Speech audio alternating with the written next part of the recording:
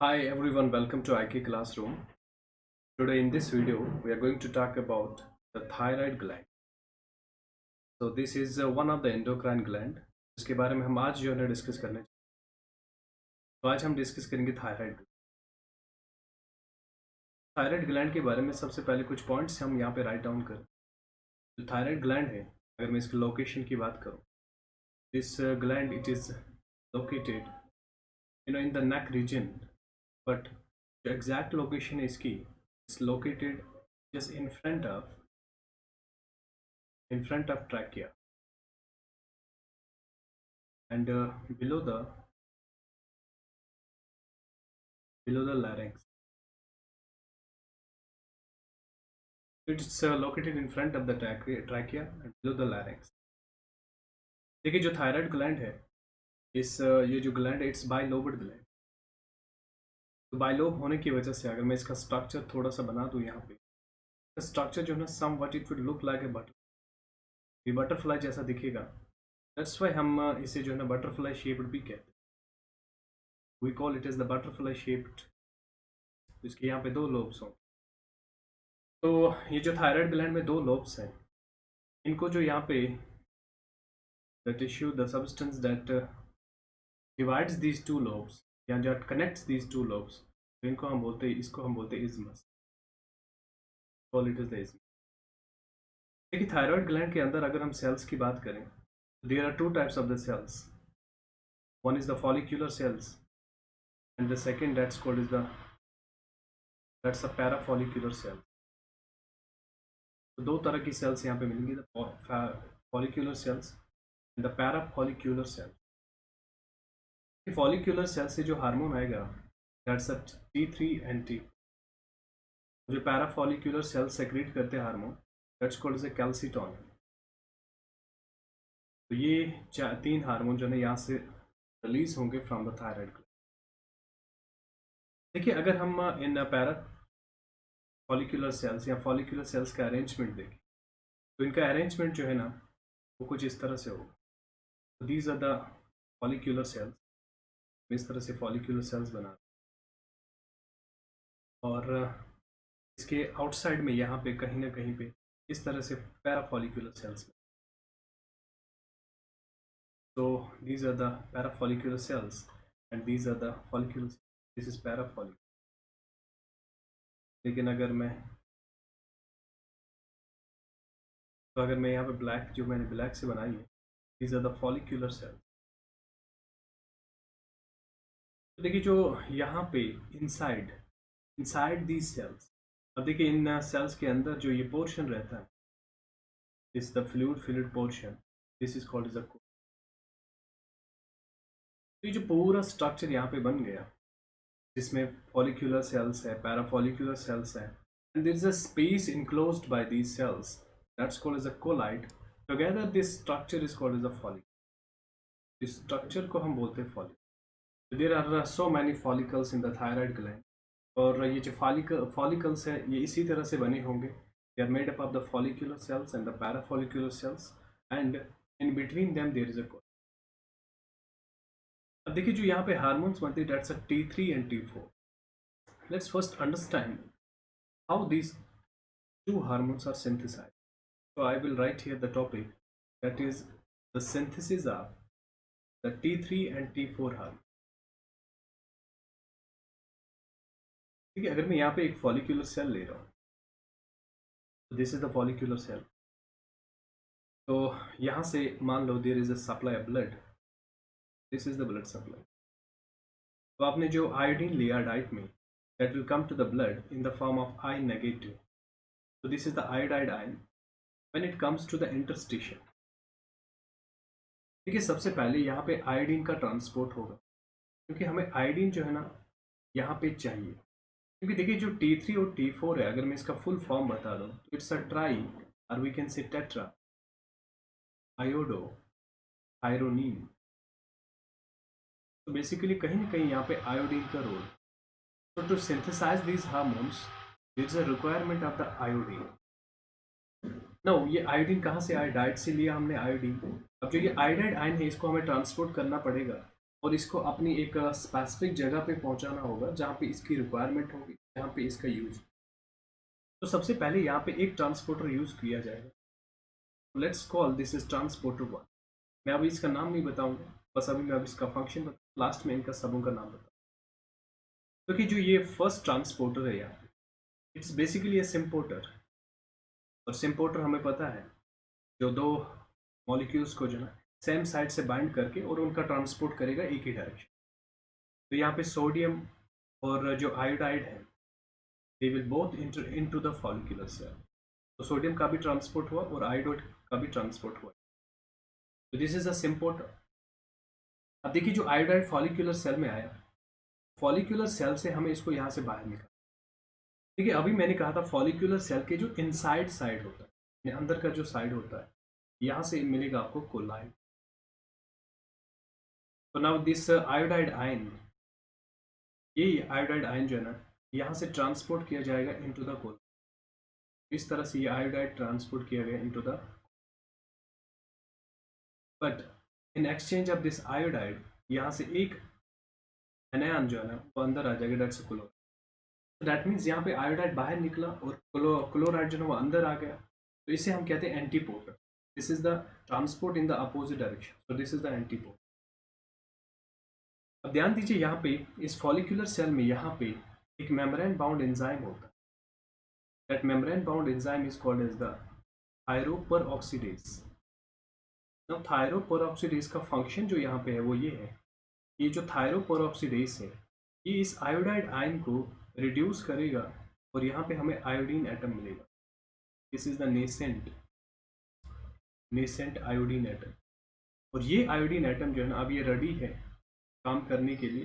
ये आप इंसर्ट किया जाएगा और आपको यहाँ पे जो है ना जो T3 और T4 के लिए जो ज़रूरी चीज़ें वो हम यहाँ पे।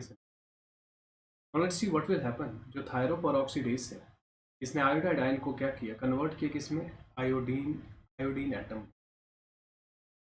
तो यहाँ पे कोलाइड में एक ग्लाइकोप्रोटीन होता है। ग्लाइकोप्रोटीन को हम बोलते हैं थायरोग्लोबुलिन। थायरोग्लोबुलिन। और जो थायरोग्लोबुलिन है ये बेसिकली एक ग्लाइकोप्रोटीन है। It's a glycoprotein. और ये जो ग्लाइकोप्रोटीन है इसमें आपको टायरोसिन बहुत ज़्यादा मिलेगा। It is tyrosine rich. तो ये जो टायरोसिन रिच थायरोग्लोबुलिन है इसमें जो सबसे पहले यहाँ पे क्या होगा, आयोडीन ऐड होगा। आयोडीन कहाँ पे ऐड होगा, पहला आयोडीन ऐड होता है थर्ड पोजीशन, यानी थर्ड पोजीशन पे जो टायरोसिन लगा है उस पे यहाँ पे आयोडीन ऐड। तो जब एक आयोडीन यहाँ पे ऐड होगा इस प्रोसेस को हम बोलते हैं iodination. We call it as the iodine. I will take the next page. तो नेक्स्ट पेज में फिर से डायग्राम बना रहा हूँ। Now this is the follicular cell. ये यहाँ पे थायरोग्लोबुलिन है जिसमें थर्ड पोजीशन पे अभी आयोडीन जुड़ गया। इस प्रोसेस को मैंने बोला था आयोडीनेशन। तो जो आयोडीनेशन का प्रोसेस है, देखिए इस आयोडीनेशन प्रोसेस के लिए एक एंजाइम की रिक्वायरमेंट होती है, दैट इज आयोडीनेस। आयोडीनेस यहाँ पे काम करेगा और आयोडीनेशन करेगा। तो यही हमें यहाँ पे मिल गया, this is mono iodothyronine. This is MIT, that's mono iodothyronine. तो सिमिलरली यहाँ पे थायरोग्लोबुलिन जो है ना, यहाँ पे अभी दूसरी पोजीशन है जहाँ पे आयोडीन ऐड हो सकता है, that's a fifth position. Chances यहाँ पे ये है कि दो आयोडीन मॉलिक्यूल भी ऐड हो सकते हैं, एक थर्ड पे ऐड होगा और एक फिफ्थ पे ऐड होगा। तो अगर दो आयोडीन मॉलिक्यूल्स यहाँ पे ऐड होते हैं, हमारे पास जो यहाँ पे मॉलिक्यूल बनेगा that's DIT, that is di iodothyronine. तो अब हम यहाँ पे कोलाइड में मिला mono iodothyronine and the di iodothyronine. देखिए क्या होगा जब इस फॉलिकुलर सेल पे यहाँ पे TSH बाइंड होगा, that's a thyroid stimulating hormone. तो जब थायराइड स्टिमुलेटिंग हार्मोन यहाँ पे बाइंड होगा तो उसके बाद क्या होगा, यहाँ पे एक प्रोसेस होगा जिसको बोलते हैं कोलाइड एब्जॉर्प्शन। कोलाइड एब्जॉर्प्शन यानी जो ये फॉलिकुलर सेल है ये इस कोलाइड को इस तरह से फैगोसाइटोस करेगा, ये सारा कोलाइड जो है ना वो अंदर चला जाए। अब जो कोलाइड है उसमें क्या क्या है यहाँ पे, एक तो इस कोलाइड में डायग्राम, इस कोलाइड में एक तो आपके पास यहाँ पे है MIT, और एक आपको यहाँ पे मिला DIT। बट अब ऐसा नहीं कि आपको एक मॉलिक्यूल MIT का मिला, एक molecule D, there are many molecules of the MIT, many molecules of the. तो चांसेस यहाँ पे ये है कि जब कोलाइड अंदर आएगा तो यहाँ पे जो मोनो आयोडोथायरोनीन है या डाई आयोडोथायरोनीन है, यहाँ पे कंडेंसेशन का प्रोसेस होगा। हो सकता है कि एक मोनो आयोडोथायरोनीन जो है ना एक DIT के साथ कंबाइन होगा, तो दो और एक तीन, दैट मीन्स ये यहाँ पे बनेगा T3, दैट्स ट्राई आयोडोथायरोनीन। सिमिलरली जो DIT है, हो सकता है ये किसी दूसरी DIT मॉलिक्यूल से कंबाइन हो, और यहाँ पे जो हार्मोन आपको मिलेगा दैट्स T4, दैट्स टेट्रा आयोडोथायरोनीन, और इसी को आप बोलते हो थायरोक्सिन। तो इस तरह से फॉलिकुलर सेल ने जो है ना यहाँ पे दो हार्मोन्स प्रिपेयर किए, दैट्स T3 एंड। अब क्वेश्चन ये आया कि जो फॉलिकुलर सेल में मैंने ट्रांसपोर्टर्स की बात की, तो ट्रांसपोर्टर्स कौन से थे? देखिए, सबसे पहले मैंने यहाँ पे ट्रांसपोर्टर यूज़ किया था, दैट्स नंबर 1, जिसने आयोडाइड को अंदर लिया था और उसके साथ साथ जो है ना यहाँ पे सोडियम भी अंदर गया। तो इस ट्रांसपोर्टर को हम बोलते हैं, we call it as the sodium iodide changer, या we can say symporter, not exchange, not exchange. We can say it's a sodium iodide symporter. देखिए, जो सोडियम आयोडाइड सिम्पोर्टर है, it's the example of secondary active transport. इसका मतलब ये हुआ, अगर ये सेकेंडरी एक्टिव ट्रांसपोर्ट का है तो इसके लिए यहाँ पे कोई तो होना चाहिए जो पहले प्राइमरी एक्टिव ट्रांसपोर्ट करे। तो यहाँ पे इस साइड से एक पंप होता है जिसको बोलते हैं sodium potassium ATP। Sodium potassium ATP जो है ना, तीन सोडियम को यहाँ से जो है ना बाहर निकाले, और यहाँ पे दो सोडियम जो है वो अंदर आए, दो पोटेशियम अंदर आए। तो जो यहाँ पे तीन सोडियम बाहर निकले, उसकी वजह से यहाँ पे बेसिकली सोडियम का ग्रेडियंट बनता है, और उस चीज़ से क्या होगा कि यहाँ पे सोडियम का ट्रांसपोर्ट जो है ना वो अलोंग द ग्रेडियंट होने वाला है, बट साथ में वो आयोडीन को भी ले आता है। तो it's example of the secondary active transport.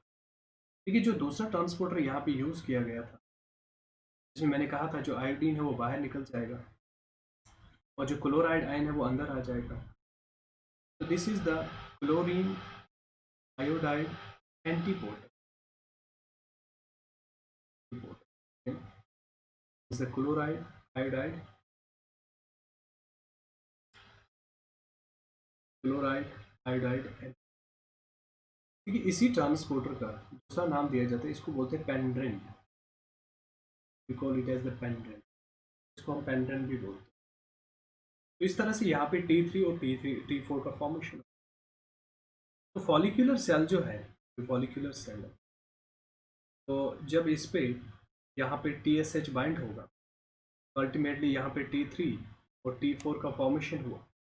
तो फिर जब यहाँ से T3 और T4 बाहर निकलेगा, यानी रिलीज किया जाएगा, तो सबसे ज़्यादा यहाँ पे T4 रिलीज होगा एज कम्पेयर टू T3, यानी T4 का रिलीज जो है ना वो ज़्यादा होगा as compare to T3। But आपको याद रखना होगा कि जो T3 है that is more potent then T4। जो T3 है that is more potent then T4। That means T3 जो है ना, बेसिकली जो सारी फंक्शन एग्जीक्यूट करता है वो T3 करता है। अब देखिए उसका रीज़न क्या, what's the reason, why is it more potent? Let's understand the mechanism, let's understand the reason. देखिए, यहाँ पे थायराइड पॉलिफ जो फॉलिकुलर सेल है, उसने जो T3 और T4 यहाँ पे रिलीज किया, ये उसने रिलीज किया ब्लड में। तो this is the blood circulation. ये मान लीजिए यहाँ पे this is the target cell, this is the target. तो T3 जो है इसकी यहाँ पे बहुत ही कम कंसंट्रेशन है, लेकिन जो T4 है इसको बहुत ज़्यादा यहाँ पे रिलीज किया गया। देखिए, जो T3 और T4 यहाँ पे रिलीज हुआ, यहाँ पे रिलीज होने के बाद ये जो T3 और T4 है, ये bind with the plasma proteins. जब ये प्लाज्मा प्रोटीन के साथ बाइंड करेंगे, this is the plasma protein. देखिए, T3 की एफिनिटी जो है कम होती है प्लाज्मा प्रोटीन्स के साथ एज कम्पेयर टू T4। तो कहने का मतलब ये है, यहाँ पे T3 के कुछ मॉलिक्यूल जो है बाइंड होंगे, लेकिन अगर T4 की बात की जाए तो देयर आर मैक्सिमम मॉलिक्यूल जो यहाँ पे बाइंड है। तो कहने का मतलब ये है, जो T3 बाइंड होने के बाद जो फ्री फॉर्म में T3 रहेगा वो इतना होगा, मतलब उसकी कंसंट्रेशन ज़्यादा होगी। और T4 बाइंड होने के बाद जो फ्री फॉर्म में T4 मिलेगा वो बहुत ही कम होगा। ऑलमोस्ट जो इसकी कंसंट्रेशन होगी T4 की, दैट इज 0.02%। लेकिन अगर T3 की कंसंट्रेशन की बात की जाए तो 0.2%। तो this is the free form. अगर बाउंड फॉर्म में देखा जाए तो T4 ज़्यादा है एज कम्पेयर टू T3। लेकिन अगर फ्री फॉर्म की बात की जाए तो फ्री फॉर्म में T3 ज़्यादा है एज कम्पेयर टू T4। तो जब ये यहाँ पे डिफ्यूजन का प्रोसेस होगा, क्योंकि यहाँ पे हायर कंसंट्रेशन है, यहाँ पे लोअर कंसंट्रेशन है टारगेट सेल के पास, तो T3 का ट्रांसपोर्ट ज़्यादा होगा एज कम्पेयर टू T4। लेकिन यहाँ पे दोनों आएंगे, T4 भी और T3 भी। लेकिन T3 बहुत ज़्यादा होगा और T4 जो है ना बहुत कम होगा। अब जब ये टारगेट सेल के पास पहुंचे तो दोनों जो है ना टारगेट सेल में एंटर करेंगे। यहाँ पे देखिए T3 भी एंटर करेगा और T4 भी एंटर करेगा। पर जो यहाँ पे T4 आया भी, थोड़ा सा भी जो आया था, वो भी वापस कन्वर्ट होगा T3 में, क्योंकि इस टारगेट सेल में यहाँ पे एंजाइम मिलेगा, दैट्स कॉल्ड द डी आयोडीनेज। अब डी आयोडीनेज जो है ना वो यहाँ से एक आयोडीन रिमूव करेगा और हम अल्टीमेटली हमें T3 मिलेगा। तो इस तरह से यहाँ पे अल्टीमेटली जो टारगेट सेल में हमें हार्मोन मिला, that's T3 not T4। T4 तो कहीं पे भी नहीं। तो now what will happen, basically ऐसा क्यों होता है? ठीक है, जो थायराइड हार्मोन है, इसका जो रिसेप्टर प्रेजेंट होता है, that's present with in the nucleus, यानी वो न्यूक्लियस के अंदर होता है। तो मान लीजिए ये यहाँ पे T3 आपका पहुंच गया, T3। Now what will happen, it will go into the nucleus, और न्यूक्लियस में इसका रिसेप्टर इस तरह से होगा, दिस इज द रिसेप्टर। लेकिन जो इसका रिसेप्टर है वो एक हेटेरोडाइमर होता है।